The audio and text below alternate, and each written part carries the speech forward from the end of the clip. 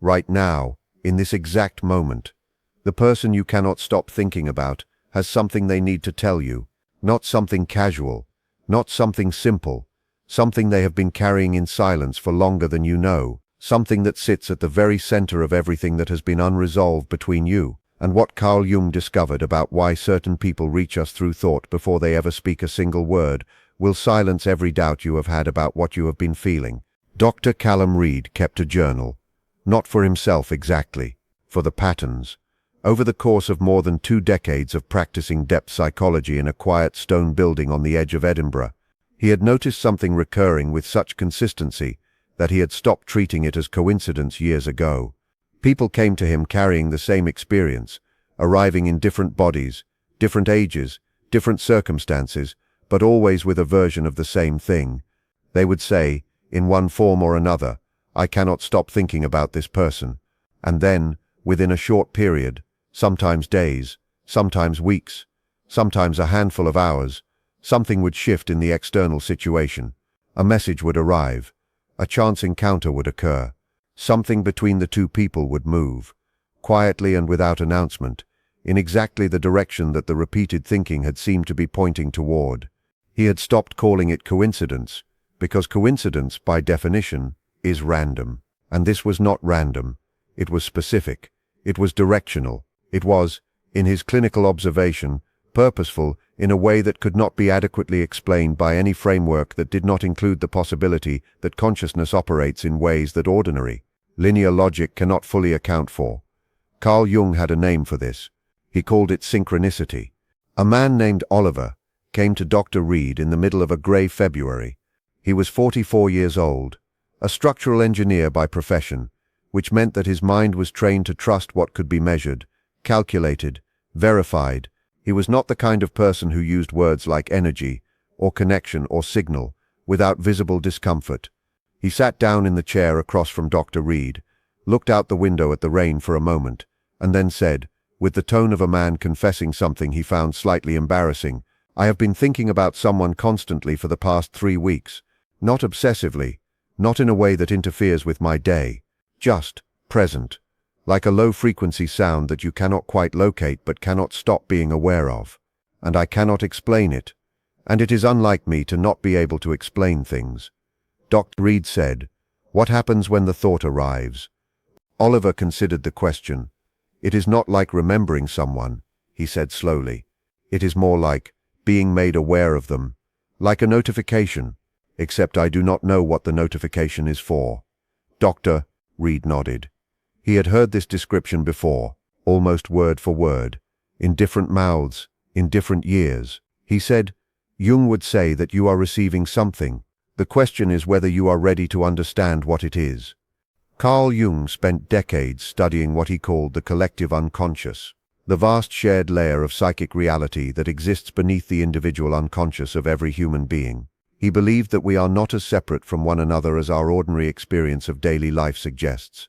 That beneath the surface of individual consciousness, there is a field of shared psychological reality, a level at which the boundaries between one person's inner world and another's become, not exactly permeable, but less absolutely fixed than we ordinarily assume.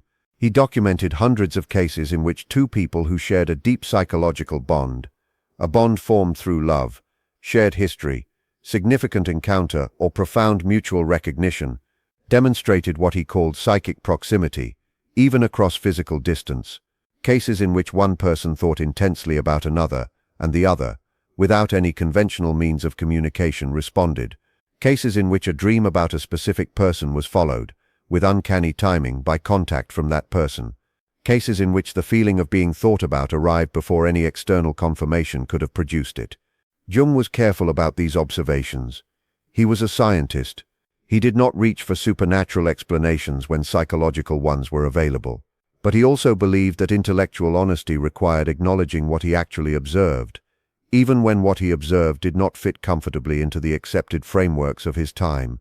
And what he observed consistently and across his entire career was that consciousness does not behave as though it is entirely contained within the boundaries of a single skull. It reaches, it connects, it transmits.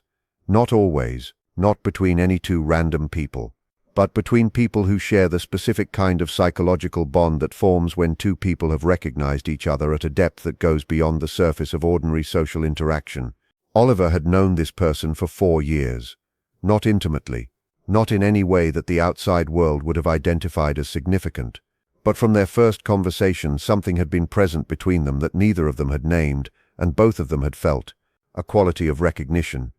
A sense that certain things did not need to be explained because the other person had already understood them. A comfort that had never needed to be earned because it had somehow already been established before the relationship gave them any logical reason to feel it. He had not spoken to her in 6 weeks. Not because of any rupture, because of the ordinary drift that happens in adult lives when circumstances shift, and the mechanisms that brought people into regular contact are removed. She had changed roles. He had changed projects. The overlap that had produced their regular proximity had dissolved, and in its absence he had expected the particular quality of her presence in his awareness to also dissolve. Instead it had intensified. Dr. Reid said, when something intensifies in the absence of the external cause, it means the cause was never entirely external. Jung wrote about what he called the transcendent function, the capacity of the psyche to bridge 2 levels of reality, the conscious and the unconscious, the expressed and the unexpressed, the known and the not yet known. And he observed that this bridging often occurred through exactly the kind of persistent, low-level, impossible-to-locate awareness that Oliver was describing. A thought that was not quite a thought. A presence that was not quite a memory. A sense of being drawn towards something without being able to identify a logical source for the drawing. This is the psyche in motion. This is the unconscious mind doing what it does when it has information that the conscious mind has not yet received. It sends signals. Not in language, because the unconscious does not speak in language. It speaks in feeling, in image, in the specific unlocatable quality of suddenly being aware of someone in a way that has no obvious external cause. And when that awareness is mutual, when both people are experiencing it simultaneously from opposite sides of a silence, something is building between them, not in the physical world, not yet, but in the psychic field that exists between two people who share the kind of bond that does not dissolve simply because the circumstances that once expressed it have changed.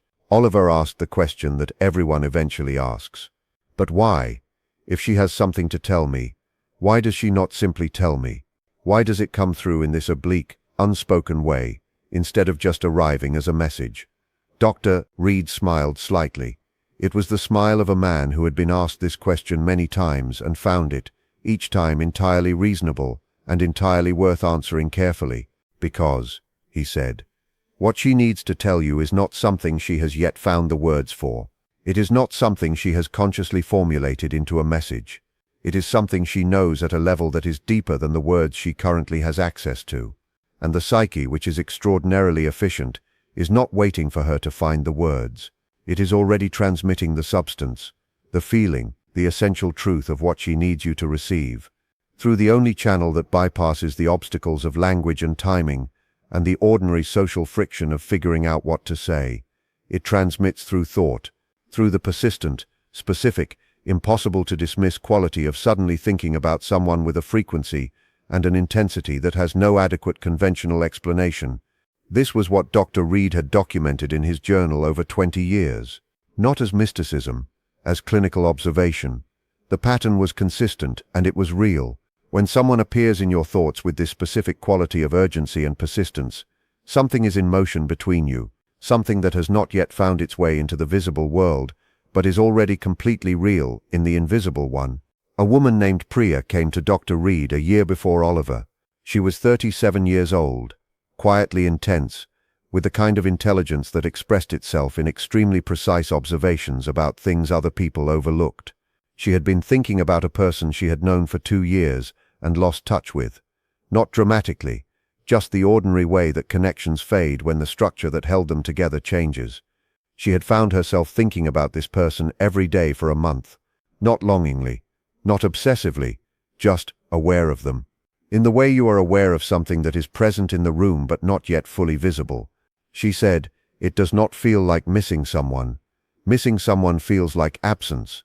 This feels like proximity, like they are somehow close even though I have no logical reason to think so. Dr. Reid said, In the Jungian framework, you may be right. He told her about the concept of the psychic field, the space that exists between two people who share a significant psychological bond, not a metaphor, a functional reality, a dimension of the relationship that continues to exist and continues to operate even when the physical proximity that first brought it into being is no longer present, like the gravitational field between two objects, which does not cease to function simply because the objects have moved further apart. It attenuates with distance, perhaps, but it does not disappear. And when something shifts within that field, when one person within it moves toward resolution or understanding, or the expression of something that has long been unexpressed, the other person feels it, not through any channel that conventional communication theory can account for, through the field itself, through the specific, unmistakable quality of suddenly thinking about someone with a frequency that seems to come from outside the ordinary logic of your own mind. Priya sat with that for a long time, and then she said something that Dr. Reed also wrote in his journal.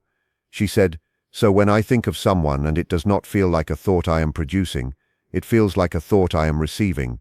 Maybe that distinction is real.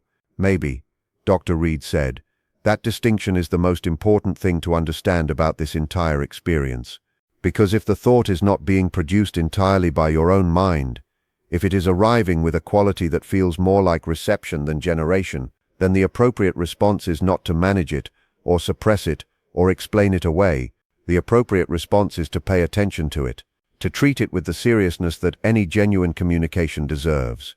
To ask not why am I thinking about this person, but what is being transmitted? What is the content of this signal? What beneath the simple awareness of their presence is actually being said?" And this is where the work gets interesting, because the message that is being transmitted in these moments of persistent, unexplained thinking about another person is almost never simple. It is almost never just "I miss you," or "I am thinking of you," though those things may be present.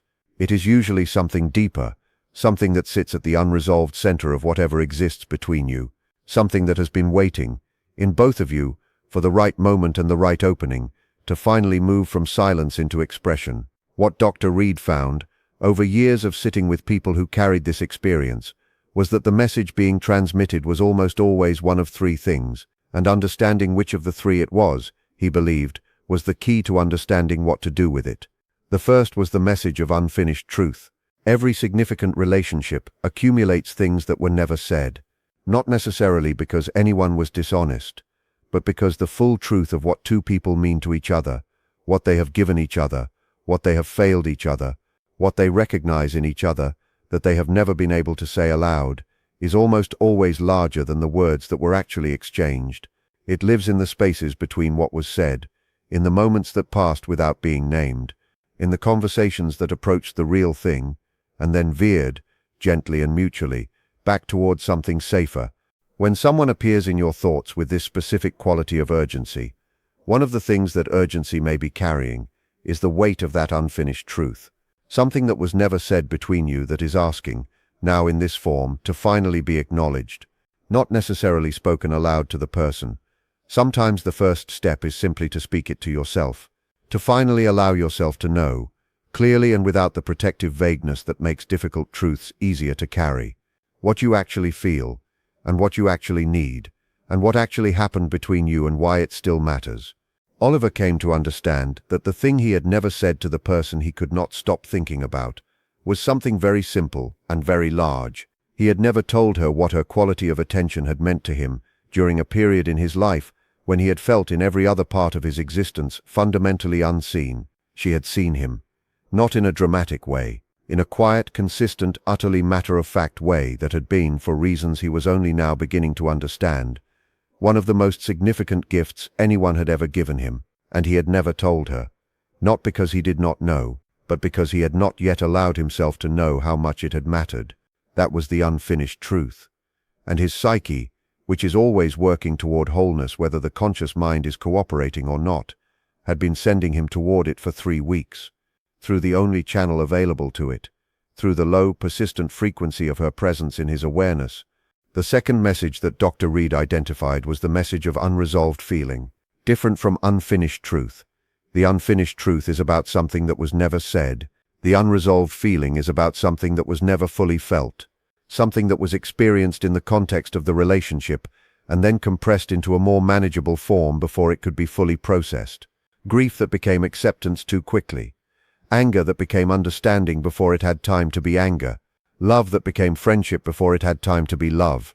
The unconscious mind does not accept these compressions as final. It holds the original feeling intact, below the managed version, until the managed version is ready to be released, and the original can finally be experienced completely. And when the timing is right, when something in the psyche has reached the point where that completion is possible, it begins sending signals, through dreams, through sudden waves of emotion that arrive without apparent cause, and through the specific persistent frequency of a thought you did not produce awareness of the person in whose presence that feeling first existed. Priya recognized this when Dr. Reed described it. The feeling she had compressed was grief. The connection she had lost, not dramatically, not with any rupture or betrayal, had simply faded the way connections fade. And she had told herself the story that this was fine, that it was the natural way of things, that she had handled it with maturity and equanimity and an absence of the messy emotional excess that she had learned, somewhere early in her history, to be ashamed of.